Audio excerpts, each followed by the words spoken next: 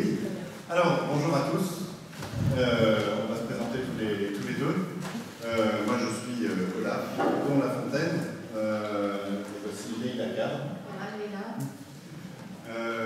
Nous sommes deux personnes qui travaillons sur toutes les recherches qui se font actuellement sur les origines de l'islam. Comment est-ce que l'islam est apparu dans l'histoire? Vous allez voir qu'il y a beaucoup à en dire et que la seule tradition musulmane ne rend pas compte de ce qui s'est passé réellement et ne permet pas de comprendre l'islam en profondeur pour ce qu'il est vraiment. Ces recherches sont très intéressantes parce qu'elles nous permettent, par la compréhension de l'islam et de la logique profonde de l'islam, de ce en quoi croient vraiment les musulmans, de nous adresser à eux aussi dans une démarche d'évangélisation. Elles nous montrent en fait quels sont les grands déterminants, les grandes espérances en fait, des musulmans. Et donc derrière, quand on va les voir et qu'on sait ce qu'ils espèrent réellement, c'est quand même beaucoup plus simple pour leur présenter le Seigneur. Alors, moi-même, je ne suis pas pourtant chercheur, mais je suis quelqu'un qui est assez passionné par la question depuis une dizaine d'années. J'ai fait en fait, avec le père Édouard-Marie Gallet, un travail de vulgarisation de recherche sur les origines de l'islam. Le père Édouard-Marie Gallet a publié une thèse qu'il a soutenue à l'université de Strasbourg en 2004, une thèse qui s'appelle « Le Messie et son prophète ». Donc il est islamologue, maintenant docteur en théologie et histoire des religions. Et c'est une thèse qui faisait le point de l'ensemble de la recherche en islamologie depuis qu'elle existe. Elle existe depuis une grosse centaine d'années à peu près. C'est quelque chose d'assez nouveau. Si on compare ça par rapport aux recherches qui se font sur les recherches historiques qui se font sur le christianisme ou le judaïsme, c'est incomparable en fait, parce que l'effort de recherche il est inhérent, on va dire, à la logique chrétienne et juive. Il n'a jamais été développé par les musulmans eux-mêmes. Et c'est que depuis donc, le 19e siècle, la fin du 19e siècle, que certains occidentaux ont commencé de se pencher sur l'islam et de lui appliquer des méthodes scientifiques de recherche rigoureuse qui ont été développées, éprouvées, qui se développent et qui s'éprouvent toujours sur les textes chrétiens, par exemple. Et de là, on comprend en fait que l'islam n'est pas du tout ce qu'on en comprend. Je voudrais aussi, pour terminer ma petite présentation, dire que je suis membre d'une association que je représente ici. Vous avez un petit stand que j'ai installé là-bas qui s'appelle ECHO, enjeu de l'étude du christianisme des origines. Je suis membre avec le père Édouard-Marie Gallet et quelques autres. Parce que vous allez voir en fait que c'est par l'histoire du christianisme originel qu'on comprend en fait comment l'islam s'est formé. Parce que bon, je vais déflorer le sujet assez vite. J'ai écrit un petit livre qui s'appelle « Le grand secret de l'islam » pour la vulgarisation de ces recherches. Le grand secret en question, c'est que l'islam n'est pas né avec Mahomet, mais la seule prédication de Mahomet, c'est qu'il y a toute une histoire en fait avant Mahomet qui s'enracine dans des déviances de ce christianisme originel, puis qu'il y a aussi toute une histoire après Mahomet de formation de l'islam à partir de ce que Mahomet a dit. Alors, je voulais ouvrir la petite conférence qu'on va donner tous les deux en vous citant Louis Massignon.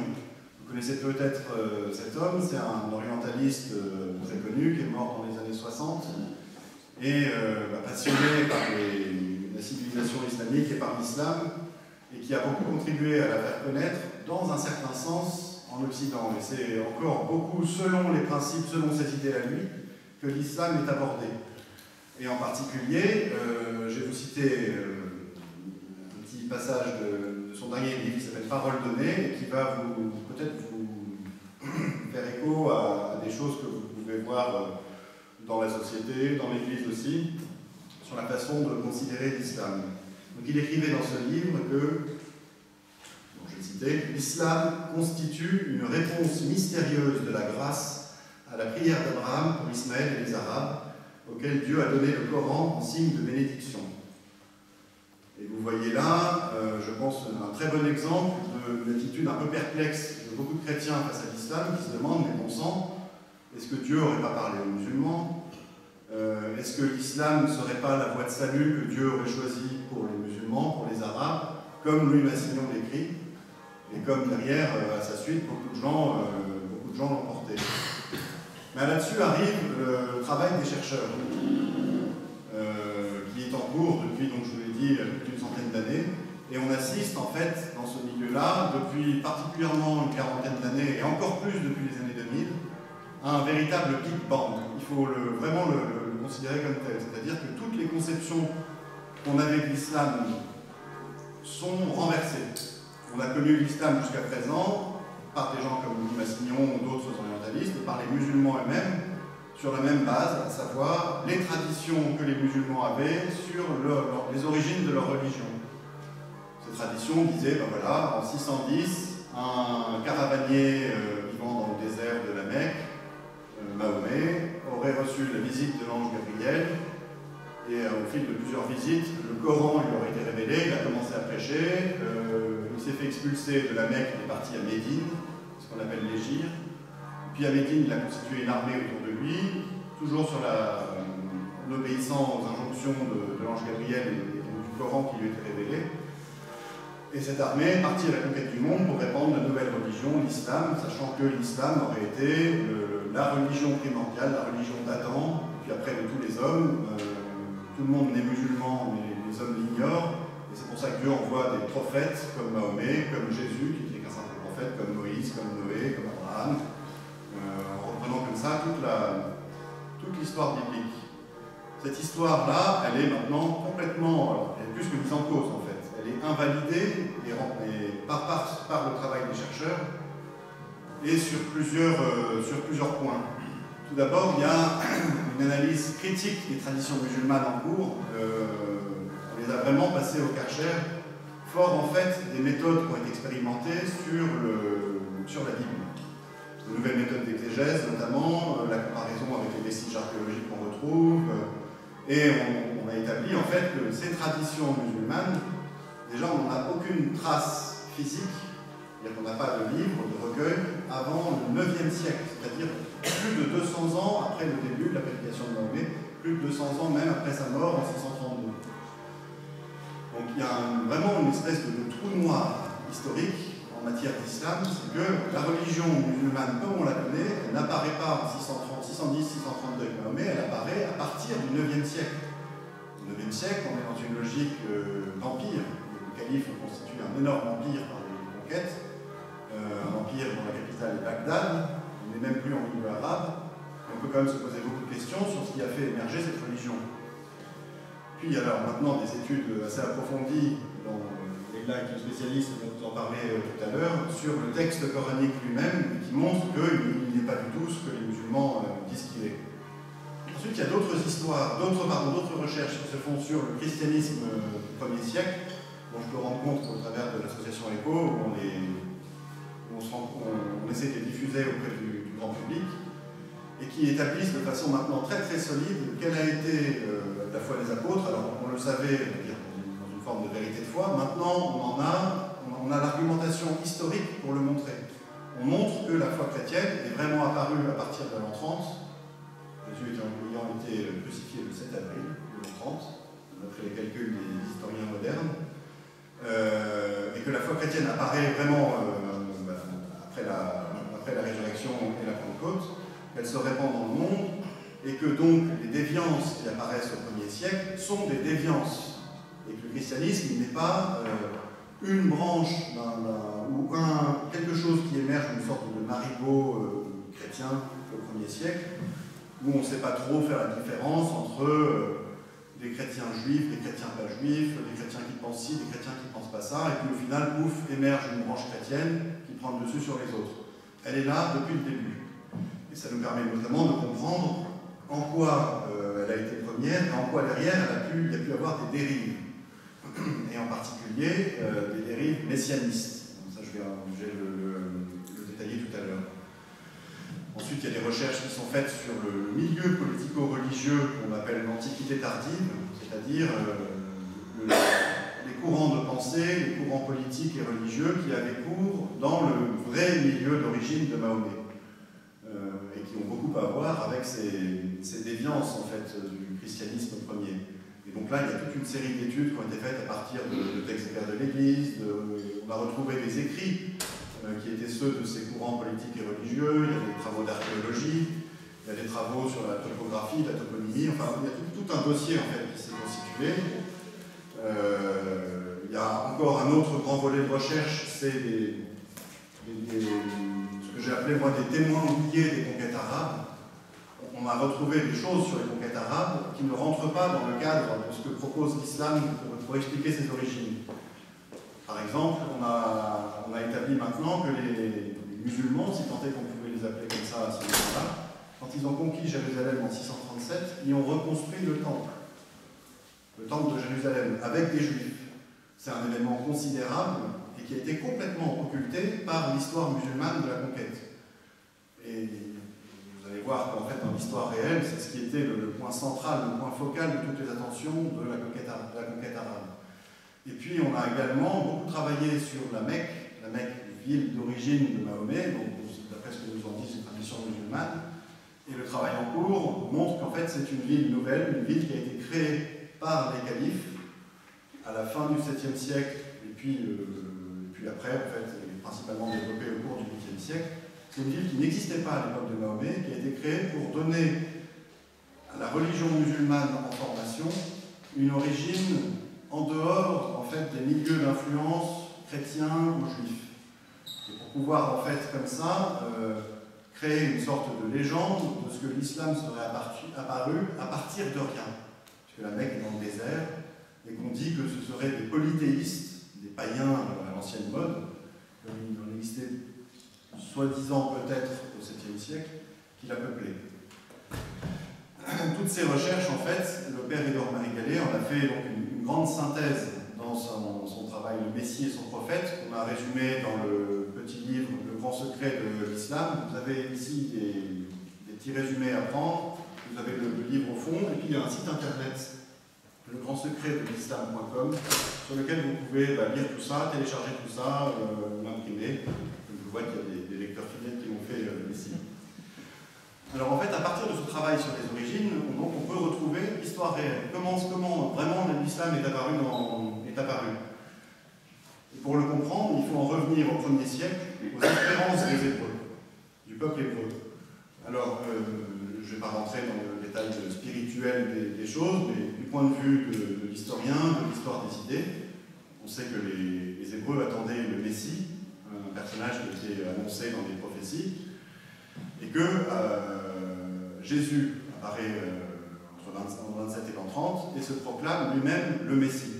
Et il apporte dans le monde du 1er siècle des Hébreux, et puis dans le monde entier, une fois que ses apôtres auront prêché ce qu'il a annoncé, une idée complètement nouvelle, c'est l'idée du salut. C'est ça la bonne nouvelle en fait. La bonne nouvelle, c'est l'idée nouvelle du salut, c'est-à-dire que le mal n'est pas une fatalité, il y a une libération possible de l'emprise du mal sur soi-même, par Jésus, et que le monde lui-même, qui est soumis à la logique du mal, pourra un jour être libéré de l'emprise du mal à la suite du retour de Jésus dans la gloire. Cette idée que le mal n'est plus en fait une fatalité dans le monde, elle est complètement révolutionnaire. Elle n'existait pas avant que Jésus ne l'introduise, et elle change complètement les mentalités et les façons de voir le monde.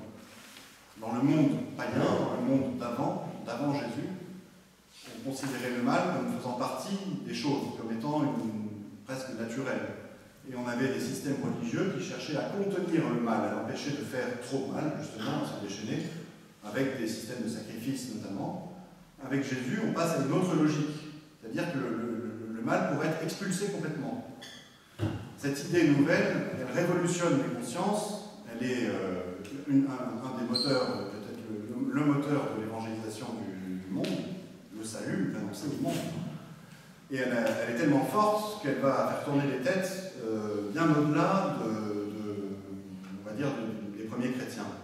En particulier, ça les chercheurs le retrouvent, dans la première communauté chrétienne de Jérusalem, la communauté judéo-chrétienne, autour de cette communauté gravitent des juifs qui ont reconnu Jésus comme le Messie, mais non pas comme le Messie que Jésus a été, mais comme le Messie que eux auraient voulu qu'il soit. Il y avait un rêve que le Messie serait un Messie politique, et qui viendrait comme un nouveau roi David, délivrer Israël de l'occupant romain, rétablir Israël dans sa souveraineté. Et ces gens-là reconnaissent Jésus comme le Messie, mais comme leur Messie à leur sauce. C'est-à-dire qu'ils ne veulent pas d'un Messie crucifié, d'un Messie souffrant, d'un Messie serviteur, d'un Messie sauveur par lui-même. Ils veulent un Messie libérateur. Un Messie armé, en fait, un Messie terrestre, et certainement pas un Dieu qui se fait homme. Ajoutez à cela cette idée nouvelle que le Messie délivre le monde du mal. La conception du mal, qui était celle de beaucoup de juifs, et même peut-être tous les juifs de l'époque, le mal est assimilé au non-respect de la loi, à l'impureté rituelle, à l'impureté tout court. Libérer le monde du mal, à ce moment-là, dans leur esprit, ça prend la forme de libérer le monde des méchants, de ceux qui font le mal. Et donc, la libération du monde, de l'emprise du mal sur le monde, c'est l'éradication des méchants. Et ils disent, Jésus, Messie politique, va éradiquer le mal du monde en éradiquant les méchants. Ils disent, mais bon sang, pourquoi ne l'a-t-il pas fait? Pourquoi n'a-t-il été empêché? Donc, la seule façon d'expliquer pour eux, c'est qu'il en a été empêché. Ils disent, voilà, c'est la faute des grands prêtres, c'est la faute des juifs, des autres juifs qui ne sont pas dans la bonne religion, c'est la corruption du temple, c'est pour ça que Jésus a été empêché de faire sa mission. Et si nous, on travaille sur les conditions, c'est-à-dire si la religion revient dans la pureté qu'elle devrait avoir, si, par exemple, le temple est relevé comme il est, alors qu'il a été détruit en 70, à ce moment-là, Jésus reviendra et il pourra finir le boulot qu'il n'a pas pu faire lorsqu'il est venu la première fois. Et donc, naît chez ces gens un projet politico-religieux qui est de travailler eux-mêmes à ce que les conditions soient remplies pour que Jésus puisse venir finir la mission et éradiquer physiquement le mal du monde. Ce projet politico-religieux va se centrer sur la conquête armée de Jérusalem pour pouvoir redresser le temple et rétablir la vraie bonne religion, les bons sacrifices, avec les rituels de pureté, et ainsi de suite. Ces gens, les chercheurs les ont appelés les judéo-nazaréens, parce qu'ils portaient eux-mêmes le nom de Nazaréens, qui était celui de porter les tout premiers chrétiens, et Jésus lui-même. Ces gens se voient comme les seuls vrais bons juifs, puisqu'ils suivent absolument la Torah à la lettre, mais que, contrairement aux autres juifs, ils ont reconnu Jésus comme le Messie, et puis comme les seuls vrais disciples de Jésus, parce que contrairement aux chrétiens, ils ne font pas de Jésus un Dieu, ils n'en font pas un associé de Dieu, et là on commence à retrouver la thématique musulmane, mais ils voient Dieu, ils voient Jésus comme un envoyé de Dieu qui est là pour accomplir une mission. Vous avez déjà là les bases de l'islam qui sont posées. Et on voit par exemple des professions de foi judéo-nazaréennes, c'est exactement la profession de foi musulmane, il ne manque plus que Mahomet, prophète de Dieu. C'est quand? Ça, c'est entre le 1er siècle, la fin du 1er siècle, et le 6e, presque jusqu'au 7e siècle. À la fin du 6e, on pense que les Nazaréens, se rendant compte qu'ils n'arriveront pas par eux-mêmes à venir conquérir Jérusalem, font alliance avec des Arabes voisins. Ils sont établis en Syrie, avec les Koréchites, c'est la tribu de Mahomet, qui sont dans l'Arabie syrienne. Ils font alliance avec eux pour exploiter leur potentiel militaire et les emmener à la conquête de Jérusalem pour redresser le temple. Ces Arabes sont chrétiens, ils ont été christianisés, ils sont très travaillés par les déviances monophysites, enfin l'arianisme qui a eu lieu avant, et puis l'idée que Jésus ne serait pas Dieu, mais une sorte de super-homme. Et les Arabes, les judéo-nazaréens leur font faire une forme d'allégeance en leur disant « Vous êtes nos cousins par Abraham, nous on descend d'Abraham par Isaac, vous descendez par Ismaël. Vous devez donc rentrer avec nous, on posera les questions à la fin si vous voulez bien. Vous devez donc rentrer avec nous dans le projet politico-religieux. Dieu nous a choisis pour ça, pour aller conquérir Jérusalem, faire redresser le temple, faire revenir Jésus. Et à ce moment-là, Jésus va prendre la tête de nos armées, on va partir à la conquête du monde entier, et on va en éradiquer le mal, on va sauver le monde. C'est le projet révolutionnaire. C'est à l'image un petit peu de ce qui a pu se passer en 1793, en 1917, ou encore aujourd'hui, où des gens, les djihadistes par exemple, sont persuadés de sauver le monde. Et c'est un bien infiniment supérieur qui est proposé aux gens. C'est très très très séducteur. Et donc il y a des Arabes qui rentrent dans le projet. Et ils rentrent d'autant plus facilement que les judéo-nazaréens ont formé des prédicateurs de langue arabe pour aller embrigader les Arabes dans leur projet. Parce qu'il faut voir que ces judéo-nazaréens sont juifs, uniquement, donc ils parlent l'araméen, ils lisent l'hébreu pour la liturgie dans la Torah, mais s'adressant aux Arabes, il faut leur parler dans leur langue, même si elles sont très proches, araméen et arabe, on va y venir.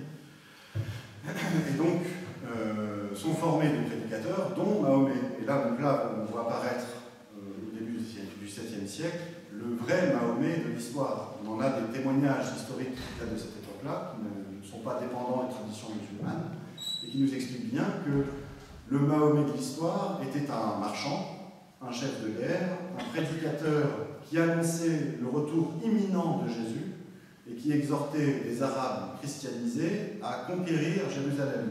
Ça, ce sont des témoignages historiques, je vous parle de ça d'après, des témoignages historiques qui ont été retrouvés, qui sont donc indépendants des traditions musulmanes et qui sont contemporains des faits décrits. Et on y voit apparaître, on voit se dessiner dans ces témoignages-là, qui ont été vraiment, c'est des témoignages très parcellaires, mais qu'on a retrouvé malgré le trou noir historique dont je vous parlais sur les sources de l'islam.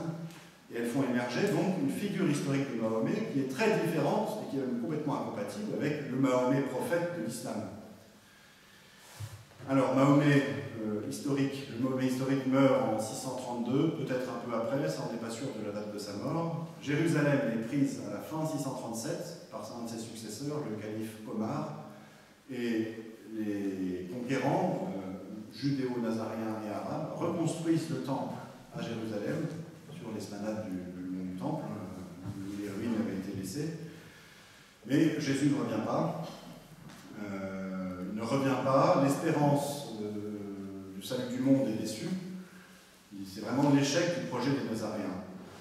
Et donc c'est la crise dans l'alliance entre les Arabes et les judéo-nazaréens. Et les Arabes se retournent tout naturellement contre eux en disant « Vous nous avez entraînés dans 25-30 ans de guerre pour rien. Le Messie ne revient pas, vous nous avez trompés. » Mais on ne renonce pas pour autant à l'idée que Dieu nous a choisis, parce que ça c'est quelque chose de très fort.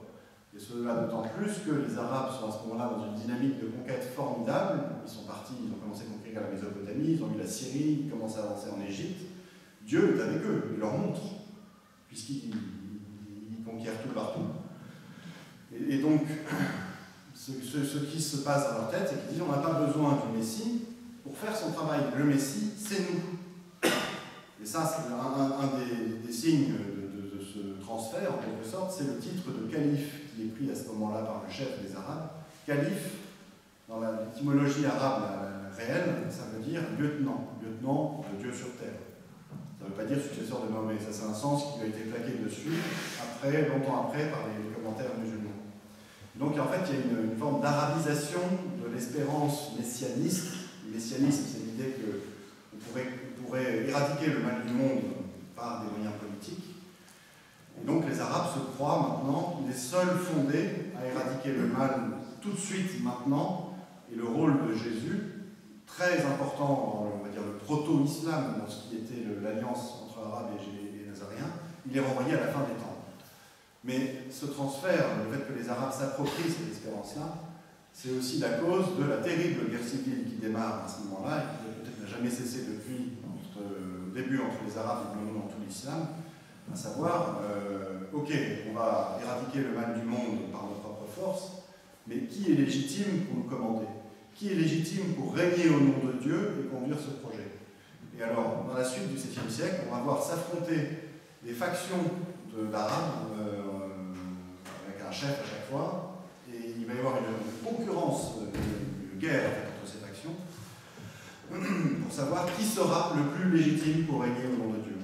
Et dans ce jeu de concurrence vont s'inventer les concepts propres à l'islam. C'est-à-dire, je vous parlais du titre de calife.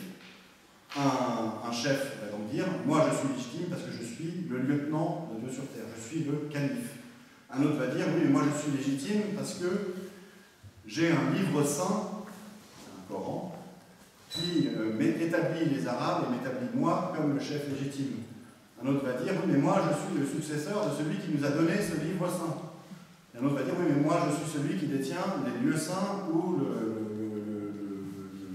Mahomet a donné le livre. » Et on voit comme ça apparaître jusqu'à temps qu'un calife suffisamment, enfin on va dire un prétendant suffisamment costaud militairement, emporte la mise, et l'intelligence de ne pas s'inscrire dans ce jeu de concurrence en inventant un nouveau concept à lui, mais de reprendre tout à son compte en disant mais moi je suis le calife, j'ai la révélation, j'ai le livre saint, je suis le successeur du prophète, en inventant donc le prophétisme à ce moment-là. J'ai la maîtrise des lieux saints. Ce calife c'est Abd al-Malik à la fin du 7e siècle, et c'est vraiment lui qui pose les fondations de l'islam. Et à partir de là, lui va se former l'islam comme on le connaît. Il va demander 100 à 150 ans pour que l'islam se forme. Et il va se former selon deux logiques. La première logique, c'est la continuité de l'espérance messianiste qui a été donnée par les Nazaréens, à savoir, comme je vous l'ai dit, l'idée qu'on pourrait éradiquer le mal du monde avec des moyens humains, et donc faire un monde parfait délivré du mal par l'application, en l'occurrence là, de la loi de Dieu. Et la deuxième logique, ça va être celle de la construction par les califes d'une religion qui va être destinée à justifier cette espérance et à justifier le pouvoir des califes. On voit à partir de ce moment-là un énorme empire se construire, fruit de la conquête des Arabes, qui s'étend de l'Espagne jusqu'à l'Asie centrale, avec des peuples différents, des religions différentes, des coutumes, des langues, et il va y avoir une logique impériale. En fait, il va falloir administrer un empire énorme, et la religion va être créée, formée petit à petit, pour administrer cet empire et pour justifier le pouvoir absolu du calife. Le calife va calquer son pouvoir sur le rôle qu'on va prêter à Mahomet dans les traditions. Non, Mahomet était le chef absolu, il faut obéir à Dieu en même temps qu'on obéit à Mahomet. Derrière, ça conditionne l'obéissance au calife. Mahomet avait 13 femmes, le calife a le droit d'avoir 13 femmes, et plus. Et ainsi de suite. Et vous voyez donc cette logique impériale se développer et conditionner complètement la formation de l'islam comme religion, la formation du Coran comme texte de justification de cette religion. Je vais laisser la parole à Leïla qui va nous expliquer un peu plus en détail comment est-ce que le Coran a été constitué. Voilà. Alors, je m'intéresse à ce sujet parce que je suis mariée avec un musulman depuis 30 ans et j'ai vécu 15 ans au Maroc. Et donc, je n'étais pas chrétienne quand je suis partie avec mon mari au Maroc et je suis revenue du Maroc, j'étais chrétienne. Voilà, je me suis posé la question de l'islam avant de me poser la question du christianisme. Et donc, c'est en terre d'islam que je me suis convertie au christianisme et au Christ, justement en lisant le Coran et l'Évangile. Alors, donc, au retour du Maroc, je me suis intéressée au sujet, j'ai fait partie de la mission Angélus et actuellement, je fais une thèse avec Marie-Thérèse Voix en théologie sur le thème des recherches des motifs de l'alliance biblique dans le Coran. Parce qu'a priori, il n'y aurait pas de motif d'alliance biblique dans le Coran, mais en cherchant bien, en recherchant les racines araméennes des mots, on trouve que l'alliance, elle est partout. Alors, avant de parler du Coran, on ne peut pas parler du Coran, parce qu'il faut parler des Corans, parce que ce n'est pas un livre, c'est un processus d'édition qui s'est étalé sur des centaines d'années, et il existait des manuscrits, et non pas un manuscrit. La littérature, la tradition islamique en témoigne, même si elle le cache. Il existe des codex, donc des codex concurrents du codex dit d'Othman. Donc il y avait le codex du compagnon de Mahomet, le codex d'Abou Bakr, le codex d'Ali, d'Ibn Masoud et d'Ubay. Donc tous ces codex ont subi des autodafés, ils ont été détruits. Et donc, dans la tradition islamique, on parle sans arrêt de campagnes systématiques de destruction, de campagnes systématiques d'ajout, d'interpolation. Et donc, le codex d'Othman, dont tous les musulmans se gargarisent, eh bien, il n'existe pas. Il n'existe pas, il n'y en a aucune trace dans aucune bibliothèque. Et donc, ça, ce sont des grands spécialistes de la paléographie qui le disent, donc François Desroches. Donc, ce codex, on peut le chercher, on ne le trouve nulle part. De plus, les biographes d'Othman n'en parlent pas, donc c'est un concept qui a été vraiment ajouté par la tradition islamique pour se justifier. Alors ce codex, il le faut remonter à 656. Il faut savoir que le Coran que lisent les musulmans actuellement, bon, il a été sélectionné plutôt vers les années 1924 et il a été autorisé par les instances de l'Arabie Saoudite en 1980. 85. Donc, les 4 exemplaires d'Othman dont les musulmans vous parlent sans arrêt, vous pouvez leur dire il est où. Donc moi j'ai posé la question à un musulman, j'ai posé la question jusqu'au bout. J'ai dit il est où ce codex d'Othman? Alors il m'a dit c'est le Vatican qui le cache. Véridique. Alors il le cache et personne n'y a accès. Alors bon, je ne suis pas spécialiste de l'histoire du Vatican, mais en 656 c'est quand même extraordinaire. Donc quand on les pousse à bout, donc ça c'est un argument par rapport à l'évangélisation, on peut leur demander où est-ce qu'il est ce codex, puisque vous dites que la Bible est falsifiée. Moi je vous dis que le Coran c'est encore pire. Et non seulement c'est falsifié, mais c'est inaccessible.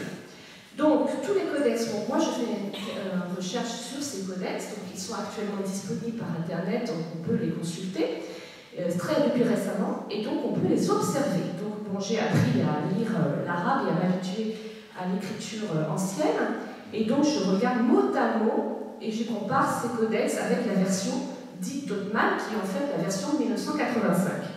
Et donc là, on va de surprise en surprise, parce que, bon, il y a des variantes d'écriture, il y a des variantes, il y a des mots qui changent, surtout au niveau de la voyellisation, et surtout, on voit d'innombrables ratures.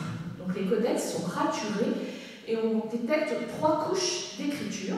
Donc une écriture assez, on va dire, assez jolie, assez harmonieuse, qui serait plutôt en marron, et plus ancienne. Et on voit des couches et des couches, une écriture noire, et on voit des lavages de parchemins. Les parchemins sont complètement lavés, puis réécrits avec une écriture noire. Et alors donc ça fait des taches, parce qu'en fait le parchemin imbibé d'eau, ça doit déteindre l'écriture. Et après une 3e couche d'écriture avec des points rouges. Alors pourquoi toutes ces écritures? Et tout simplement parce que l'arabe n'était pas fixé au VIe siècle. C'était une langue très très récente dans l'histoire des langues. C'était une langue orale, donc elle était fixée à l'oral, mais pas fixée à l'écrit.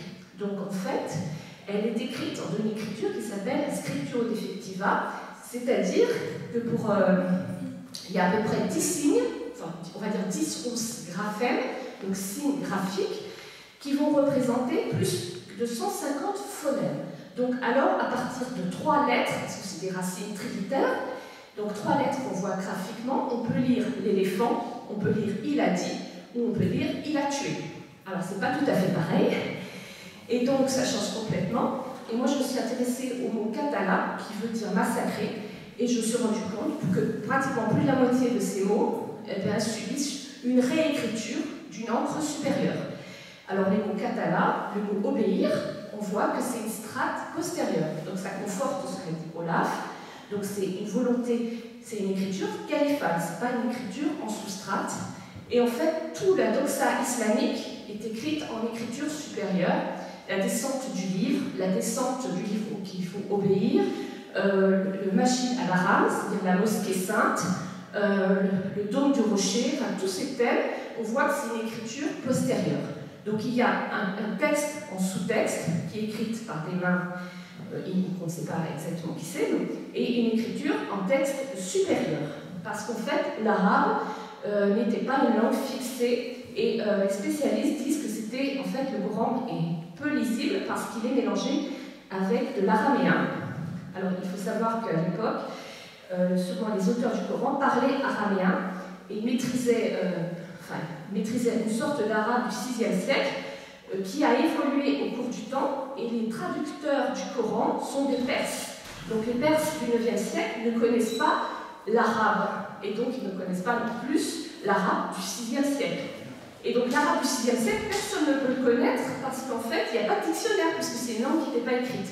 Donc en fait, on se retrouve dans un cercle vicieux pour comprendre vraiment ce que veut dire ces feuillets. Alors, ces feuillets, en plus, ils ont été écrits à des périodes différentes, on le voit par le graphique, mais surtout, ils ont été assemblés à des périodes différentes par des éditeurs qui n'avaient pas les mêmes buts que les auteurs. Et donc, les éditeurs, on voit bien qu'ils avaient des buts politiques qui répondaient à des besoins de l'Empire califal. Alors, ainsi, Saint Jean de Damas, qui est contemporain des événements, parle de 4 textes. Et Donc il ne parle pas d'un seul. Oui, en combien 746. Il parle du codex, les femmes, la chamelle d'Allah. Donc en fait, il n'y a pas à l'époque encore de Coran. Donc le Coran, c'est vraiment un processus éditorial et ce n'est pas du tout un livre fini, écrit par un auteur. C'est des éditeurs au cours des siècles qui vont créer ce texte. Alors en fait, le thème prédominant, c'est un thème essentiellement apocalyptique. Donc c'est centré sur les thèmes de la fin du monde et du combat eschatologique entre le bien et le mal. Donc sinon, on voit la trace de combat dans le sentier d'Allah. Donc le sentier d'Allah est prédominant. Et sinon, c'est la justification de la conquête des Arabes, qui s'emparent donc de l'alliance, du motif de l'alliance, en substituant Ismaël à Isaac. Et c'est pareil, là, Ismaël, on ne trouve pas dans le texte, on le trouve en écriture postérieure. C'est une transformation de Israël en Ismaël, justement pour accaparer l'alliance. Alors, le thème qui manque, c'est le thème du salut.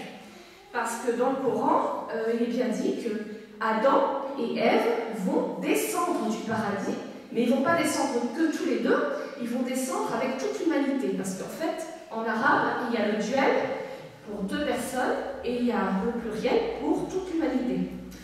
Et dans le texte arabe, toute l'humanité descend du paradis. Mais il n'y a aucun moyen pour y revenir.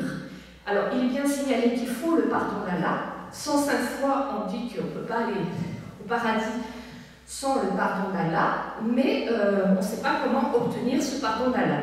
Et donc, la seule solution pour eux, c'est ils sont vivants, ceux qui sont morts dans le sentier d'Allah. Donc, à partir de cette phrase, naît la notion de djihad et de martyr sur le sentier d'Allah pour être vivant au paradis. Voilà. Alors le problème de l'intercession est très très ambigu dans le Coran parce qu'à la fois elle est affirmée et à la fois elle est niée. Donc on voit ici à partir de l'intercession qu'il y a plusieurs auteurs, plusieurs écoles théologiques qui ne sont pas uniformes et qui conduisent à plusieurs théologies. Bon, on sait que le Coran, il y a 4 écoles juridiques, mais il y a eu plein de mouvements théologiques qui ont été supprimés dès le 10e, 11e siècle. Donc il y avait d'autres courants théologiques, d'autres courants qui disaient que le Coran était créé, et donc des courants moutazilites qui sont beaucoup plus rationnels, et avec qui on peut discuter. Sur Internet, j'ai un moutazilite qui considère que le Coran est créé, et donc avec lui, on s'entend bien, mais on peut parler. C'est pareil, le thème des vierges au paradis. Là aussi, dans le Coran, quand on lit à la loupe, on en voit guère la trace. Et parce qu'en fait, ça part d'un petit mot our-in. Alors, our, ça veut dire blancheur, et in, c'est soit les yeux, soit, si avec le diacritisme que j'ai parlé de la description effectiva, soit c'est les raisins. Donc, un philologue allemand, Luxembourg, dit que ce sont en fait des raisins blancs.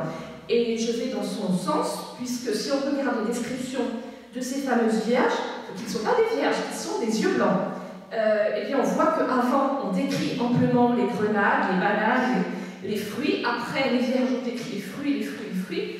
Donc en fait, les fameuses vierges sont des raisins blancs, et donc les djihadistes sont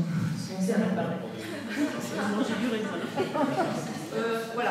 Alors, sinon, donc il meurt pour des raisins, sec ou pas, je ne sais pas, sachant que le raisin, c'était le motif du paradis, c'était à chaque fois que les sources de l'Antiquité tardive parlent de paradis, parlent de raisin. Donc, en fait, sinon, le dernier élément, c'est les sources. Je me suis intéressée aux sources de toutes ces sourates, et essentiellement, c'est des sources midrashiques, c'est-à-dire la recherche judaïque sur le sens de la Bible. Alors, les juifs font des recherches de tous les sens possibles d'un verset. Alors, ils vont faire cette recherche en changeant les lettres de place, en faisant de la guématrie, enfin, en faisant des jeux de mots. Donc, c'est toutes les recherches du sens du mot. Donc, dans le Coran, on trouve énormément de midrash juifs, et on trouve des apocryphes chrétiens, dans des pseudo-évangiles. Et un chercheur allemand dit qu'un tiers du Coran proviendrait d'hymnes ariennes chrétiennes.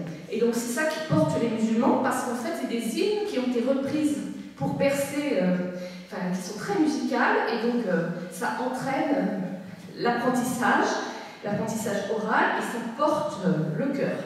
Bon, sinon, on trouve du Talmud, des Targums, et sinon des homélies de textes chrétiens, d'évêques chrétiens, des textes pour embrigader les Arabes, pour les conduire dans le sentier d'Allah, et puis des intertestamentaires, c'est-à-dire des Bibles qui sont comme des pseudo-auteurs. Et donc, les chercheurs allemands, et bon, moi j'ai confirmé la chose, montreraient que le Rasulallah, dont parle le Coran à longueur de page, Rasulallah, c'est l'envoyé de Dieu. Les musulmans, ils disent que c'est Mahomet. Oui, en fait, primitivement, le Rasulallah qui est partout dans le Coran, ce serait Jésus. Et bon, on peut le voir parce que quand on recherche toutes les racines araméennes qui se rapportent à Jésus, on voit que Jésus a beaucoup plus de pouvoir que Mahomet, qui n'en a aucun, parce que Jésus est créateur, Jésus ressuscite, Jésus insuffle la vie, Jésus le maître de la loi, et c'est très important qu'il soit le maître de la loi, il a la Torah dans les mains. Donc il a des tas de pouvoirs que Mohamed, en fait, il s'est cité 4 fois dans le Coran, alors que Jésus est cité plus de 40 fois, Marie plus de 50 fois. Donc en fait, la recherche va dans ce sens que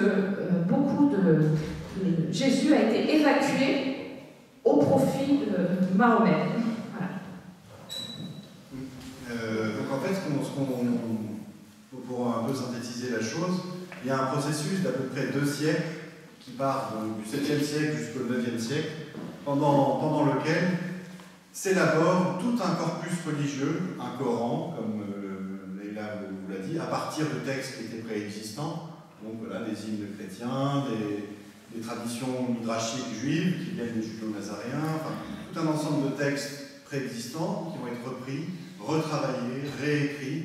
Dans le même temps, à côté de la constitution du Coran, on va constituer les traditions musulmanes qui permettent d'expliquer le Coran, c'est-à-dire la biographie de Mahomet, l'histoire sainte des premiers califes. Et il y a comme ça tout un processus de formation d'une religion nouvelle et qui est destiné par ces textes et par ces traditions à justifier l'espérance que les musulmans ont été choisis par Dieu pour sauver le monde en son nom et justifier le pouvoir des califes. Donc il y a vraiment une entreprise de manipulation des musulmans eux-mêmes par leur chef pour des logiques de pouvoir. Ce qui est intéressant, c'est que ces logiques, ces manipulations n'ont jamais pu occulter complètement la figure de Jésus, qui était très importante pour les judo-nazaréens. Comme je dis, c'est lui qui devait revenir physiquement sur Terre pour en éradiquer le mal. Et on va voir, en fait, et ça va être la conclusion, mais juste avant, j'ai un petit point à vous dire, que c'est, je pense, par la figure de Jésus qu'on a un bon angle d'attaque pour aller voir les musulmans et les évangéliser, en fait. Avant ça, je voudrais revenir sur cette petite citation que je vous avais donnée en entrée de Louis Massignon. Vous vous souvenez, l'islam constitue une réponse mystérieuse de la grâce à la prière d'Abraham pour Ismaël et les Arabes, auxquels Dieu a donné le Coran en signe de bénédiction. Je pense que maintenant, vous avez compris qu'il n'y a pas de mystère, en fait. Ce n'est pas une réponse mystérieuse de la grâce. On établit très très bien, historiquement, avec toute la rigueur scientifique nécessaire, que le salut, l'idée du salut, a été proclamée par Jésus-Christ, annoncée au monde par ses apôtres. Derrière, il y a un processus d'évangélisation qui se fait, avec des églises qui se créent dans le monde entier. Et puis qu'à partir de cette idée de salut, il va y avoir une dénaturation, en fait, du message, et des contre-propositions qui vont être faites, des contre-saluts, dans des contre-églises. Et qu'on a comme ça, on va dire, le salut qui se répand par l'évangélisation, et des contre-églises, comme les judéo-nazaréens, puis après comme l'islam, qui proposent un contre-salut. Un salut qui n'est pas Jésus-Christ. Donc ça, c'est très important de considérer, c'est-à-dire que l'islam propose un salut au monde, propose de sauver le monde du mal, mais le propose en dehors du salut chrétien. Dans ce sens-là, on peut parler de l'islam dans ce sens-là. On peut parler de l'islam comme une voie de damnation, c'est-à-dire une voie qui empêche les musulmans d'accéder à Jésus-Christ, Messie et Sauveur. Mais malgré tout, comme je vous l'ai dit, la figure de Jésus est encore très présente dans l'islam. Elle est beaucoup citée dans le Coran, mais on en a un peu expurgé son rôle. On ne voit quasiment plus Jésus intervenir dans le Coran comme le sauveur du monde à la fin des temps, comme la personne qui doit éradiquer le mal. Ça, ces traditions-là, elles sont passées dans les hadiths, dans tout le texte qui est extérieur au Coran, et dans la conscience des musulmans eux-mêmes. Et d'ailleurs, les musulmans attendent le retour de Jésus. Ce Jésus, en fait, qui donnait un sens, une finalité au proto-islam, ce Jésus qui devait revenir physiquement pour vaincre le mal du monde, alors le mal qui est incarné par les méchants, on a donné ce rôle-là à l'islam lui-même. C'est l'islam maintenant qui doit vaincre les méchants. Mais les musulmans ont gardé cette idée que Jésus, c'est quand même lui qui fait le boulot. Et donc, à la fin des temps, en islam, Jésus doit revenir. Et son rôle, il va être de tuer l'Antichrist, qui est un personnage musulman. Enfin, musulman, ce ne sera pas musulman lui-même, mais c'est un personnage de l'islam. L'Antichrist, il est aussi appelé le Dajjal, le menteur. C'est un personnage un peu énigmatique, mais en poussant les musulmans dans le retranchement, on peut discuter avec eux de ce personnage de l'Antichrist et du rôle que Jésus va jouer de venir défaire l'Antichrist. À côté de ça, on voit donc que l'islam a pris le rôle de Jésus, a pris le rôle qui lui était dévolu de sauver le monde du mal, et donc de parvenir, par ses propres moyens, par des moyens humains, à construire sur Terre une sorte de monde parfait délivré du mal.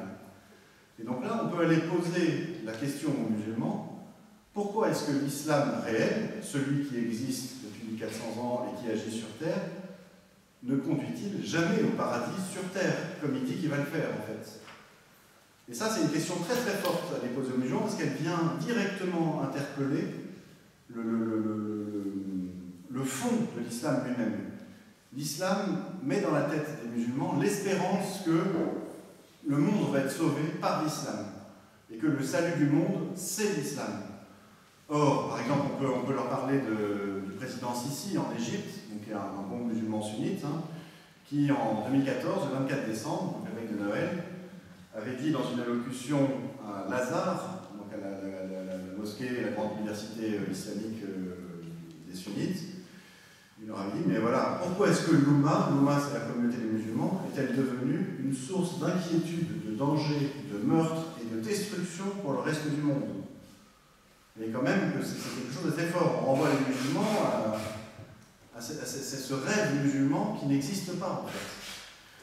Et on voit bien qu'en fait, malgré tous les paradis imaginaires que s'inventent les musulmans, par exemple l'islam de Médine du temps de Mahomet, Al-Andalus, au lieu de la tolérance, qui sont des fantasmes, en fait. La recherche historique détruit ces paradis imaginaires. On se rend compte que le rêve islamique, il conduit toujours à la destruction des sociétés civiles. C'est très très dur à entendre pour un musulman, parce que ça va justement à l'encontre de son espérance, mais il peut le constater par lui-même. Et d'autant plus maintenant qu'Internet permet de voir ce qui se passe. Quand on était en l'an 1100, par exemple, ou en l'an 1000, 1050 par là, quand les Turcs seldjoukides prennent Jérusalem, massacrent les chrétiens, détruisent le Saint-Sépulcre, les musulmans qui sont au Caire ou qui sont à Rabat au Maroc n'en ont pas conscience. Aujourd'hui, quand il se passe ce même genre d'horreur, les musulmans le savent. Et le rêve musulman, il est sérieusement mis en cause par les musulmans eux-mêmes. Et donc, il faut poser la question aux musulmans. Si ce rêve n'aboutit jamais, est-ce que c'est parce que ce sont toujours des mauvais musulmans qui sont là depuis 1400 ans et qu'il n'y a pas encore eu un seul bon musulman pour faire les choses, ou est-ce qu'il n'y a pas quelque chose de plus profond? Est-ce que, justement, est-ce que c'est pas Dieu lui-même, et seulement Dieu, qui peut libérer le monde du mal, de l'emprise du mal? Mais alors, si c'est Dieu qui peut libérer le monde du mal, pour qui est-ce qu'il travaille? Les musulmans qui cherchent à établir le règne de l'islam sur terre, qui veulent prendre le pouvoir au nom de Dieu. Pour qui est-ce qu'ils travaillent? Et là, on peut poser la question aux musulmans. Pour qui travaille l'islam? On le voit aujourd'hui, une stratégie mondiale de prise du pouvoir, avec des intérêts pétroliers gigantesques, des intérêts financiers, et on voit que l'islam intégral, celui des frères musulmans, celui d'Al-Qaïda, celui des djihadistes, celui des salafistes, des wahhabites d'Arabie Saoudite, l'islam intégral, c'est-à-dire l'islam, pas l'islam gentillet des soufis, l'islam complet, celui qui prend tous les textes à son compte, tous les commandements, toute la loi, ben, il est l'instrument, en fait, de ces intérêts mondiaux qui cherchent à établir petit à petit une domination universelle sur la Terre. Les djihadistes qui se battent en Syrie, on le sait maintenant, ils ont été entraînés par la CIA, financés par l'Arabie Saoudite, et ainsi de suite. Le salafisme et la salafisation des sociétés occidentales, elle est mise en avant par, poussée par de l'argent saoudien notamment, et elle sert en fait des gens qui ont envie que les sociétés civiles soient détruites, que les cohésions nationales dans les pays ne puissent plus se faire comme avant, parce qu'il y a une espèce de stratégie de la destruction de ce qui se tient encore, sachant que l'État détruit, il devient dépendant de puissances extérieures pour pouvoir survivre en fait. Et l'islam, il est idéal en fait dans ce genre de stratégie parce qu'il se prête à être instrumentalisé. Le rêve islamique, en fait, il modèle des rapports humains qui sont basés sur des logiques de soumission-domination. Soumission, c'est la traduction du mot islam en fait. Et en fait, il prédispose les musulmans à être manipulés, en fait, déjà à obéir aveuglément à leur chef, et donc à être manipulés par celui qui prétend être leur chef. C'est le cas depuis les origines. On peut voir les judéo-nazaréens comme les premiers manipulateurs des musulmans, en fait. Il y a une manipulation du sentiment religieux, de la vertu de religion des musulmans, au nom d'intérêts qui ne les servent même pas eux-mêmes. Et ça, on peut en parler auprès des musulmans, parce que leur vertu de religion, elle est celle de beaucoup d'hommes, mais elle est parfaitement développée chez eux. Ce sens de la transcendance, cette soif de Dieu qu'ils ont, elle est complètement dévoyée, dénaturée, exploitée, manipulée par l'islam lui-même, en fait. Et là-dessus, on peut aller questionner les musulmans en leur demandant à quoi conduit cette soif de Dieu légitime qui est à l'œuvre. Et derrière, on pourra leur demander également, mais où seront les musulmans, où est-ce que vous serez quand le Messie Jésus, comme il l'appelle, enfin le Christ, bon, il l'appelle le Messie Jésus, c'est-à-dire le Christ, quand il va revenir à la fin du monde, à la fin des temps. Dans leur croyance à eux-mêmes, il viendra pour défaire l'Antichrist, le Dajjal. Mais vous, musulmans, dans quel camp est-ce que vous serez? Est-ce que vous serez dans le camp du Christ, à ses côtés pour défaire l'Antichrist, ou dans le camp de l'Antichrist contre le Christ? L'Antichrist, et là il faut aller les titiller un petit peu là-dessus, puisqu'ils y croient, le Dajjal, c'est celui qui va centraliser autour de lui toute la domination mondiale, et qui à un moment voudra même se faire adorer comme un dieu. Mais tous ceux qui prétendent établir, en fait, bâtir un royaume de Dieu sur terre sans Dieu, enfin, établir un monde parfait, on voit qu'ils travaillent en fait à cette entreprise de domination et de centralisation de la domination sur terre, ils travaillent pour Satan, en fait, ces gens-là. Ils travaillent pour le diable, en fait.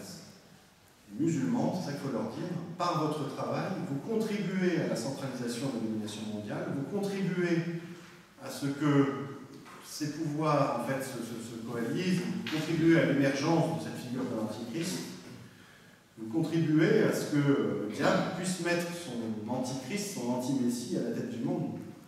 Vous êtes, malgré vous, ou peut-être à cause de vous, posez-vous la question, dans le camp de l'Antichrist. Et donc à ce moment-là, on peut leur dire, mais dès maintenant, dès aujourd'hui, par vos actes, vous pouvez vous positionner différemment pour le Christ et contre l'Antichrist. Et avec un discours comme celui-là, où on vient aller questionner le rêve musulman, pourquoi l'islam réel ne conduit jamais au paradis, questionner la manipulation que l'islam fait des musulmans, pour qui travaille l'islam, et puis aller mettre le doigt sur l'espérance eschatologique, sur le combat final du bien contre le mal, est très très forte chez les musulmans. Où seront les musulmans quand viendra le Messie Jésus?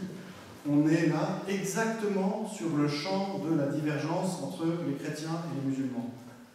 C'est-à-dire qu'on le voit historiquement, il y a eu l'espérance chrétienne première, et puis une divergence de cette espérance par les judéo-nazaréens, qui a finalement donné l'islam avec tous les truchements historiques dont je vous ai parlé. Cette divergence, elle se fait sur l'espérance que le monde sera un jour délivré de l'emprise du mal. C'est exactement ça, la divergence. La divergence, elle n'est pas sur le rôle du Coran, Abraham était-il musulman, était-il juif, sur, je ne sais pas moi, Mahomet est l'envoyé de Dieu, Jésus est le fils de Dieu, il n'est pas le fils de Dieu. La vraie divergence, elle est là. Et donc si on va voir les musulmans en travaillant, en questionnant sur cette divergence, en disant mais qu'est-ce qui va se passer à la fin du monde? Est-ce que vous serez avec le Christ ou l'Antichrist? on est exactement sur le point de bascule. C'est là, c'est la plaie où le couteau est dedans, en fait. C'est bien plus que tout ce dont je vais parler. C'est-à-dire que le Coran, enfin toutes les traditions musulmanes elles-mêmes, elles sont en fait un habillage extérieur, elles sont là pour justifier l'espérance qui, elle, est première. Et donc c'est vraiment ça qu'il convient faire. En fait, dans une démarche de salut auprès des musulmans, allez les questionner sur le salut du monde en lui-même. Voilà, on va s'arrêter là. On peut prendre une question, si vous voulez. Oui. Est-ce qu'on parle du voile dans le Coran primitif? Oui, mais c'est pareil au niveau de l'interprétation. Certains pensent que c'est le rideau. Enfin voilà, donc, parce que quand il parle de Mohamed avec ses femmes, il tire le rideau. Il y a certaines interprétations. Non, le Saint-Père, ils en parlent très très peu. En fait, il y a 7 fois le mot voile dans le Coran, mais c'est hijab, donc ça peut être la séparation, une tenture. Et puis d'abord, c'est rabat ton voile. Il n'y a pas marqué le visage, donc c'est rabat ton voile, pour pas montrer. Mais il faut voir qu'il y avait des prescriptions apostoliques chrétiennes syriennes qui disent exactement la même chose, qui disent quand tu marches dans la rue, ne regarde pas. Donc on retrouve les mêmes prescriptions. Donc en fait, on parle très très peu du voile et dans certaines interprétations, on parle du rideau ou de la tenture. Oui. Du temps de Mahomet, l'Empire byzantin était assez développé et il n'y a aucune trace dans les archives de cet empire qui parle de Mahomet, de sorte que certains ont mis en doute l'existence même de Mahomet et comme vous disiez, c'est 2 siècles après qu'on a fabriqué en somme la vie de Mahomet à partir d'un chef de guerre. Donc voilà, j'aimerais avoir votre opinion là-dessus. Deuxième question que je voudrais poser, on dit que le Coran réel serait conservé à l'université d'Al-Azhar et on dit, j'ai entendu dire aussi, c'est pour ça que je vous pose la question, je vois que vous êtes dubitatif, j'ai entendu dire aussi qu'il y aurait un exemplaire du Coran en Turquie, à Istanbul. Oui. Et alors, j'ai une troisième question à vous poser. Vous avez sans doute entendu parler de cet ouvrage de Madame Ella Ouardi, La mort du prophète est un drame shakespearien. Et alors, ce qui est intéressant là-dedans, elle dénote quelque chose sur laquelle d'ailleurs elle a été très, très controversée, c'est que le prophète Mohammed, quand il est mort, il est resté 3 jours sans sépulture. Alors, est-ce qu'on peut faire un lien entre ces 3 jours sans sépulture et les 3 jours qu'il a fallu pour la résurrection de Christ? Je pose la question. Hein. C'est plutôt une tradition orale, non? C'est pas une tradition orale qui a inventé ça, entre guillemets. Alors, attendez, la question concernait le fait qu'il n'y a pas de traces de Mahomet dans les archives de Byzance. Dieu sait si l'Empire byzantin était... ça nous montre bien que le personnage réel de Mahomet n'a pas eu l'impact dans l'histoire qui est celui que lui prêtent les musulmans.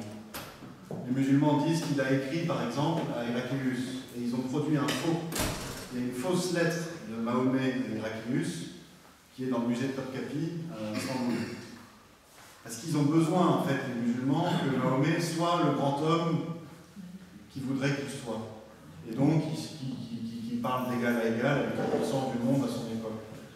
Mais, on dire un mot? Oui, juste moi, c'est par rapport au Coran, mais c'est vrai que dans le Coran, il n'y a que 4 fois. Et en fait, c'est 3 fois et demi parce que c'est 3 fois Mohamed et 1 fois Ahmed. Et donc, le problème, c'est qu'on peut le lire comme un participe passé ou un participe passé. C'est-à-dire comme étant le loué ou le béni, ou le saint, enfin quelque chose de... Donc, et en fait, on peut voir que c'est des interpolations, c'est-à-dire que c'est des ajouts postérieurs. Et puis par rapport les musulmans, pourquoi ils voient Mohamed partout dans le Coran? Parce que je posais la question à mon mari. Et en fait, c'est parce qu'en fait, toutes les épithètes, toutes les périphrases, le béni, le loué, la lumière de Dieu, l'orphelin, le messager, l'orphelin, il a en fait 150 noms qui sont liés à des périphrases, le béni de Dieu, et donc en fait c'est Jésus, l'envoyé, tout ça c'est la lumière d'Allah, c'est Jésus. Mais après 750, les commentateurs du Coran, ils vont mettre des bas de page, ils vont dire, ah ben voilà, l'orphelin, c'est parce qu'en fait, Mohamed, il a mis père, il avait en fait, il n'avait pas de père, il était abandonné. Donc la lumière d'Allah, bah oui, parce qu'il a ramené le Coran. Donc en fait, on voit Mohamed à travers les bas de page qui apparaissent, enfin les bas de page, les commentateurs, mais c'est les philologues montrent que c'est à partir de 750 que Mohamed existe à travers toutes ces périphrases qui sont dans le Coran et qu'on attribue à Mohamed et qui étaient à Jésus. Donc en fait, il dépouille Jésus pour s'habiller. En fait. On va voir, c'est que la figure de Mahomet, comme elle apparaît dans l'islam, c'est une construction. C'est ce qu'on appelle une légende, en fait. Il y a un vague fond de vérité historique, et derrière, on y a mis ce qu'on voulait y mettre. On n'a aucun témoignage islamique de Mahomet avant 50 ans après sa mort. Le premier témoignage, il y a marqué Muhammad, on ne sait même pas sûr que ça désigne Mahomet de l'histoire. Il n'apparaît même pas dans le milieu des califes, mais chez un opposant au pouvoir du calife. Abdallah ibn al-Zubayr, qui en 684, je crois, fait frapper sur ses pièces Muhammad, Rasoul, Allah. Et alors les musulmans disent regardez, c'est la première fois qu'on mentionne Mahomet dans l'histoire, mais on ne sait pas, parce que Muhammad, Rasoul, Allah, ça peut vouloir dire Mahomet et l'envoyé de Dieu, et Muhammad, ce n'est pas un nom, c'est un surnom, ça veut dire le béni, le très doué. Donc Muhammad, Rasoul, Allah, ça peut aussi vouloir dire très béni et celui qui vient au nom de Dieu. C'est l'acclamation messianique des psaumes, l'acclamation messianique qui a été celle de Jésus quand il est rentré à Jérusalem. Et on voit vraiment en fait cette continuité, c'est-à-dire que le chef des musulmans se prend pour le Messie. Et derrière, les musulmans eux-mêmes se prennent pour le Messie dans ce qui pense être le rôle dévolu au Messie. Ensuite, vous nous parliez des Corans les plus anciens. Alors, effectivement, c'est pas un hasard, c'est la mosquée Fustat, qui est au Caire aussi, et puis au musée de Topkapi, qu'on aurait les deux Corans les plus anciens du monde, les deux Corans complets, j'entends, et qui dateraient de la fin du 9e siècle, peut-être du 10e. Je crois qu'à Fustat c'est le 9e et à Topkapi au 10e siècle. C'est les Corans les plus anciens dont on dispose, c'est-à-dire que les fameux Corans d'Othman qui auraient été réalisés par le calife en 656 n'existent pas. S'ils ont existé un jour dans l'histoire, il faut se rendre à l'évidence qu'ils ont été détruits par les musulmans eux-mêmes. Ça rentre dans le processus de formation de la religion, où on a fait des Corans, et puis après on les a détruits pour les remplacer par d'autres Corans, avec un autre discours dedans, et ainsi de suite, jusqu'à temps qu'on arrive à la version finale du Coran, tout comme on est arrivé à la version finale de Mahomet, prophète de l'islam, au fil de beaucoup de... Mais ces deux Corans les plus anciens, ils ne citent pas des passages du Coran d'Othman. Il y a des passages qui sont cités, j'ai entendu, non? En fait, ce sont des Corans. C'est-à-dire que c'est comme les Corans d'aujourd'hui. Si vous l'ouvrez, il n'y a pas marqué selon le Coran d'Othman. C'est le Coran, en fait. Mais il n'y a pas des allusions précises. Mais comment vous voudriez qu'il y ait des allusions précises? Le Coran est la parole de Dieu. Chez les musulmans. Un musulman ne va pas écrire dans un Coran. Alors, selon le Coran d'Othman, il y a ça dans le Coran. Il ne peut pas écrire ça dans son propre livre saint. C'est. Les grammairiens arabes du 9e, ils disent dans la version d'Oubey, dans la version de Massoud, on ne dit pas il est tué, mais il tuera. Parce qu'en fait, même dans les deux versions actuelles, qui sont reconnues dans l'Arabie Saoudite, des fois le katala c'est tuer ou être tué. On ne peut pas distinguer tuer ou être tué au niveau où on ne sait pas diacritiquer et qu'on ne sait pas réaliser. Donc il y a des versions à partir de cette scripture défective-là. Est-ce que les deux Corans sont identiques? Il y a des questions derrière vous, monsieur. Monsieur Lam, vous avez fait allusion tout à l'heure au fameux judéo-nazarien. Est-ce qu'on ne pourrait pas faire une similitude avec Étienne Couvert, qui est un spécialiste de la gnose? Parce qu'au début du 1er siècle et par la suite, il y a eu différents conciles locaux et œcuméniques. Là, donc, il y a des sectes chrétiennes qui sont dissociées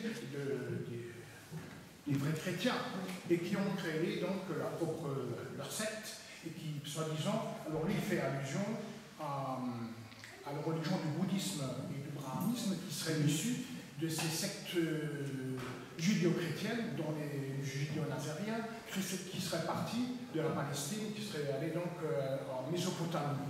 Alors, vous me parlez tout à l'heure de ces nazariens. Est-ce qu'on peut pas dire qu'il y a une espèce de gnose aussi qui aurait été un peu, j'allais dire, l'origine de cette... Alors, gnose et messianisme, ce sont les deux grandes directions dans lesquelles la foi chrétienne a pu être dénaturée. l'espérance chrétienne a pu être dénaturée. Il faut revenir à, ça s'appelle de la théologie comme de l'histoire des idées.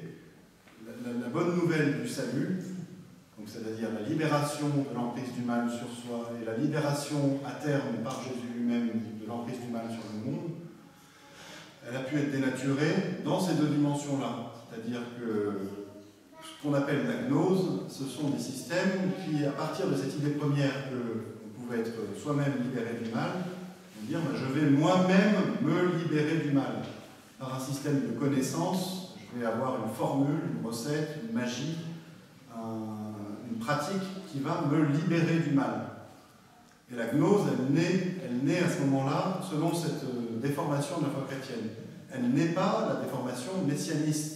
Le messianisme, c'est l'idée qu'on va pouvoir libérer le monde du mal, le monde entier du mal. Mais alors, ces systèmes gnostiques, ils se répandent très très vite, très très vite. Et il n'y a pas forcément besoin que ce soit une secte qui aille après en Asie centrale ou en Mésopotamie. Les judéo-chrétiens se sont répandus dans le monde entier.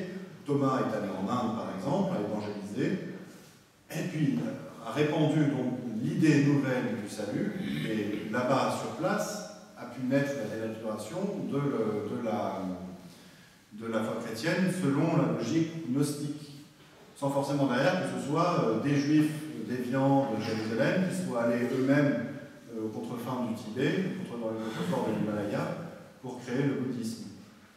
On a maintenant, de toute façon, un travail historique qui va bien au-delà de ce qu'a fait Étienne Couvert, pour montrer que le bouddhisme, comme on le connaît, il apparaît bien après le christianisme. Et que même si le Bouddha, le personnage du Bouddha Gautama est antérieur à Jésus, on l'a reconstruit après coup, un peu comme on a reconstruit Mahomet. Oui? J'ai lu votre livre et je vais peut-être essayer de faire le lien avec la remarque de monsieur. J'approuve tout ce que vous dites sur le proto-islam. Il y a une dimension dans l'islam qu'on connaît aujourd'hui qui ne figure pas dans le livre. C'est cette dimension, par exemple, zoroastrienne. Il y a la lune et l'étoile, il y a toutes les influences païennes, entre guillemets. Et donc l'idée, j'ai lu ça dans plusieurs ouvrages, c'est qu'il y avait entre les judéo-nazaréens et les arabes et l'islam actuel, il y avait un chaînon encore, et ce serait les hanifs. Et l'islam, le Coran fait référence à hanif, ça veut dire monothéiste pur. Les hanifs, selon les sources que j'ai pu lire, ce serait un groupe qui avait juste une génération avant l'apparition de tout ça. C'était justement des Arabes qui étaient d'une part influencés par les christianismes monothéistes, etc., mais d'autre part aussi par le sabraïsme, qui était une tradition gnostique, et qui avait pour but, et là j'en rejoins votre remarque à la fin, de détruire le christianisme naissant dans l'Arabie, et qui était aujourd'hui, quand là on fouille en Arabie Saoudite, on trouve des croix et des églises. Mais c'est interdit de fouiller. En fait, monsieur, c'est tout à fait possible. En fait, il y a des recherches du Père Édouard Marie Gallet, qui sont une synthèse des recherches épistémologiques. Elles posent un cadre général qui n'est qu'un cadre, en fait. C'est-à-dire qu'on on ne rentrera jamais dans un détail aussi fin que celui des traditions musulmanes elles-mêmes, qui quasiment sont capables de nous expliquer tous les jours ce que Mahomet a fait, ce qu'il a fait pour son petit déjeuner, les personnes à qui il a parlé. Enfin, c'est démentiel comme volume de tradition. Le cadre dont on peut dire avec certitude historique qu'il existait, c'est celui d'un mouvement messianiste qui a été donné aux Arabes par des judéo-nazaréens et qui les a emmenés à la conquête du monde. Dans ce cadre-là, il y a encore beaucoup de choses qui peuvent s'inscrire. Des études nouvelles nous montrent par exemple les influences du zoroastrisme, qu'il y a eu d'autres influences que les judéo-nazaréens, mais la chose qui a été prégnante, et c'est ça qui a mené les Arabes à la conquête du monde, c'est vraiment le messianisme. Mais alors ces Arabes, ils ont été influencés par beaucoup de choses, et puis les influences, elles sont aussi arrivées après coup. C'est-à-dire que quand le califat passe de Damas à Bagdad, on change d'univers. On rentre en Mésopotamie, chez les Perses, dans l'Iran actuel, même si Bagdad, maintenant aujourd'hui, c'est en Irak, et c'est la Perse.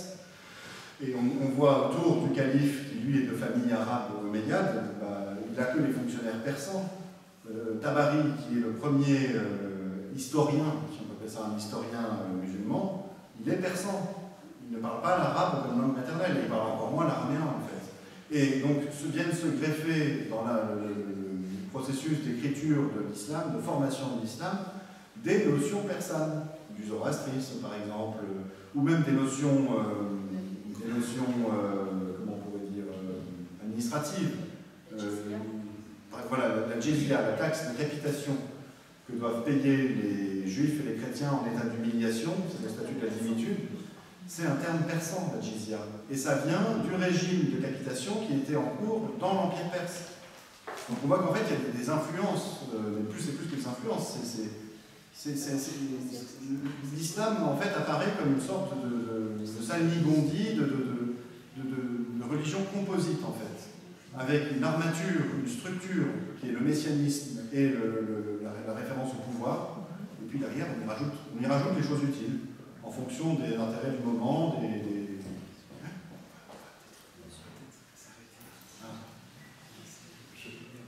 Oui, Allez, une question, la dernière. J'aimerais bien que vous puissiez revenir sur la conversion des musulmans et les arguments que vous nous avez proposés. Oui, en 3 temps.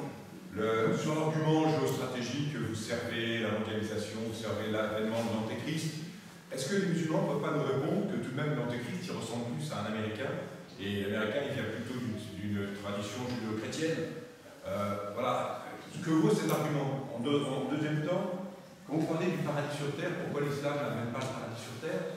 Est-ce que quelqu'un qui combat pour l'islam ne peut pas répondre tout simplement que mais le paradis sur terre, c'est comme les chrétiens, c'est pas connaître Dieu? Et donc pour nous, connaître Dieu, c'est vivre dans un califat selon la charia. Voilà, ça c'est le deuxième point. Puis le troisième point, ça c'est plus une question. C'est dans le Coran que Jésus revient pour combattre l'Antéchrist. Voilà, on prend point sur les. Oui, vous voulez bien, s'il vous plaît? Oui. Alors, je voudrais commencer par la fin. Oui. Parce que dans le Coran, il y a un passage seulement où on dit que Jésus sera un signe au sujet de l'heure, du jour du jugement, c'est-à-dire de la fin des temps. Et c'est le seul moment dans le Coran où on fait référence au fait que Jésus reviendra à la fin des temps. Mais ces traditions-là, elles sont extrêmement fortes dans les hadiths eux-mêmes. Les hadiths de Bukhari et Muslim, j'en ai un sous les yeux, là, que j'avais noté. Par celui qui tient, et c'est un hadith tout ce qui est plus authentique, par celui qui tient mon âme en sa main, la descente de Jésus, fils de Marie, est imminente. Il sera pour vous un arbitre juste, il mettra fin à la guerre, il prodiguera des biens tels que personne n'en voudra plus. Ça, c'est un hadith qui renvoie à l'espérance première que le Messie allait revenir très vite, mais les musulmans le lisent aujourd'hui comme ce qui va se passer quand Jésus va revenir à la fin des temps. C'est-à-dire un arbitre juste, il mettra fin à la guerre, il prodiguera des biens tels que personne n'en voudra plus. Cette espérance, cette attente de Jésus, elle est encore très très forte en islam. Et c'est ça qui est intéressant en fait. Mais elle n'est pas forcément là dans les textes. Et tout le problème quand on considère l'islam, c'est qu'on voudrait croire, avec les musulmans eux-mêmes, que c'est le Coran qui fonde l'islam. Et ça n'est pas vrai. Historiquement, il y a des musulmans qui ont été musulmans bien avant d'avoir lu le Coran. Le Coran lui-même, on le voit, il date du 9e siècle. Qu'est-ce qu'on peut penser des gens qui étaient musulmans avant le 9e siècle? Ensuite, dans l'histoire, l'immense majorité des musulmans n'ont pas lu le Coran. Donc leur foi ne vient pas du Coran, il y a un discours extérieur au Coran. Et encore aujourd'hui, vous avez par exemple des phénomènes de conversion que les médias n'arrivent pas à expliquer en disant un tel est parti faire du djihad, on ne comprend pas, il n'a jamais lu le Coran. Il n'y a pas besoin de lire le Coran pour comprendre que l'islam sauve le monde. Vous voyez la chose. Et alors ensuite, sur vos 2 autres questions, les aspects de géopolitique qui sont intéressants, que l'antichrist soit musulman ou pas musulman, c'est pas la question en fait. Le problème, c'est que dans l'histoire, et ça devient un phénomène récurrent depuis la colonisation, les musulmans n'arrêtent pas de se faire manipuler par les autres. Pourquoi ils se font manipuler par les autres? Pourquoi est-ce que les colons, par exemple, anglais ou français, ont réussi à se servir de l'islam pour imposer la Pax Britannica ou la Pax Francisca en Algérie, par exemple, les colons l'administration coloniale française en Algérie a imposé l'islam, réislamisé l'Algérie, construit des mosquées sur fonds publics, fait venir des marabouts du Soudan, imprimé les Corans, pour islamiser les populations et les faire se tenir à carreau. Parce que eux maîtrisaient le marabout, et en maîtrisant le marabout, ils maîtrisaient la population. Les Anglais ont fait la même chose en Inde ou au Pakistan. Et cette connaissance que les colons, enfin l'administration coloniale, particulièrement britannique et après américaine, ont eu de l'islam, font qu'ils s'en servent aujourd'hui. Et il faut poser la question aux musulmans, hein. Eux-mêmes, c'est à eux de répondre en fait. Al-Qaïda, c'est une création américaine, le djihad dans la géopolitique mondiale, c'est une création américaine. Peut-être que l'antichrist sera américain, on n'en sait rien, mais une chose qui est sûre, c'est que les djihadistes le suivent, les frères musulmans le suivent, les wahhabites le suivent. Parce que jusqu'à présent, on n'a pas vu les musulmans renverser le régime wahhabite en disant c'est des faux musulmans. Ils appliquent un islam intégral en fait. Et comme ils se fondent sur les textes qui sont très savants, on ne peut pas les critiquer. Et puis il y avait une dernière question que j'ai oubliée. Mais l'antichrist Oui, c'est déjà l'immédiat. Pourquoi l'islam ne conduit pas au paradis sur terre? Moi, je suppose qu'un musulman pourrait répondre, et vous, en Christ, c'est quoi le paradis? C'est bien vivre avec Dieu, enfin connaître Dieu. Oui, ça c'est justement une objection très intéressante parce qu'elle permet de questionner la nature même du mal, en fait. Et de faire prendre conscience aux musulmans, et ça ils pourront le constater par eux-mêmes, que le mal, il est aussi en nous. Il n'est pas que extérieur. L'islam voit le bien et le mal comme des réalités incarnées, en fait. C'est-à-dire qu'il y a des gens qui sont des gens de bien par nature, des musulmans, la meilleure des communautés qu'on ait fait surgir parmi les hommes, qui sont élevés au-dessus des autres, et les non-musulmans qui sont le mal. C'est-à-dire que le mal, il est vu comme l'autre. Or, ce que les chrétiens disent, et les juifs avec eux, c'est l'histoire du Jardin d'Éden, et puis derrière, c'est ce que disent aussi les anthropologues, et c'est tout l'empirisme de la recherche occidentale, c'est que l'inclination au mal, elle est dans le cœur de l'homme lui-même. À la fin de mon petit bouquin, j'ai mis une citation de Solzhenitsyn qui dit que la ligne de fracture entre le bien et le mal ne sépare ni les classes, ni les partis, ni les États, et on pourrait ajouter ni les communautés religieuses, mais elle traverse toute l'humanité jusqu'au cœur de l'homme. C'est-à-dire qu'elle est au milieu du cœur de l'homme, et que l'homme ne peut pas arracher une partie de son propre cœur. Et que c'est pour ça qu'on ne peut pas faire le paradis sur terre, et qu'on a besoin de Dieu pour ça. Ça, c'est des discussions qu'on peut avoir avec les musulmans et qui seront bien plus fructueuses que le statut du Coran. Est-ce que Abraham était un hanif ou était un juif? Je ne sais pas moi. Est-ce que Jésus est annoncé comme étant... il y a un verset que dit Jésus dans l'évangile qui dit « Je suis Dieu, moi-même ». Tout ça, c'est des arguties. Alors que là, avec ces choses-là, on vient toucher l'espérance des musulmans eux-mêmes. Merci.